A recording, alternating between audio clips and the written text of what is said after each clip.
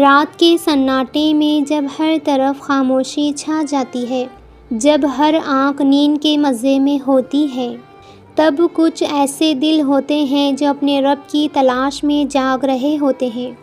یہ وہ لمحات ہوتے ہیں جنہیں قرآن میں لیل کہا ہے۔ اللہ تعالیٰ نے قرآن شریف میں فرمایا ہے، سورہ بنی اسرائیل آیت نمبر 79، اور رات کے کچھ حصے میں تہجد پڑھا کرو، یہ تمہارے لیے نفل ہے۔ امید ہے کہ تمہارا رب تمہیں مقام محمود پر فائز کرے گا۔ تہجد صرف عبادت نہیں، یہ رب سے راز و نیاز کی ملاقات ہے۔ یہ وہ وقت ہوتا ہے جب بندہ اور اس کے درمیان نہ کوئی پردہ ہوتا ہے، نہ روک ہوتی ہے، نہ ٹوک ہوتی ہے۔ حدیث قدسی میں ہے، اللہ تعالیٰ ہر رات آسمانی دنیا پر نزول فرماتا ہے اور آواز دیتا ہے کوئی مغفرت مانگنے والا جسے میں معاف کر دوں؟ ہے کوئی سوال کرنے والا جسے میں عطا کر دوں؟ کوئی دعا کرنے والا کہ میں اس کی دعا قبول کروں؟ اب سوچیں، اللہ خود بلاتا ہے، اس لمحے میں مانگی گئی دعا کیسے رد ہو سکتی ہے؟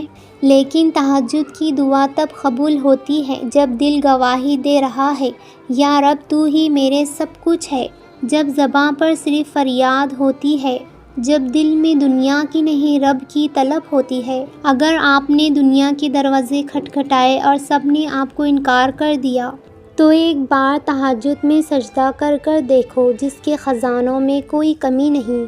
ذرا سوچیں، جب ایک ماں رات میں بچے کے رونے پر جاگ جاتی ہے تو وہ صرف بچے کی رونے کی آواز سے اٹھ جاتی ہے، تو سوچیں جب بندہ تہجد میں اپنے رب کو آواز دیتا ہے تو وہ رب جو 70 ماؤں سے بھی زیادہ محبت کرتا ہے، تو کیا وہ سننے والا نہیں ہوگا؟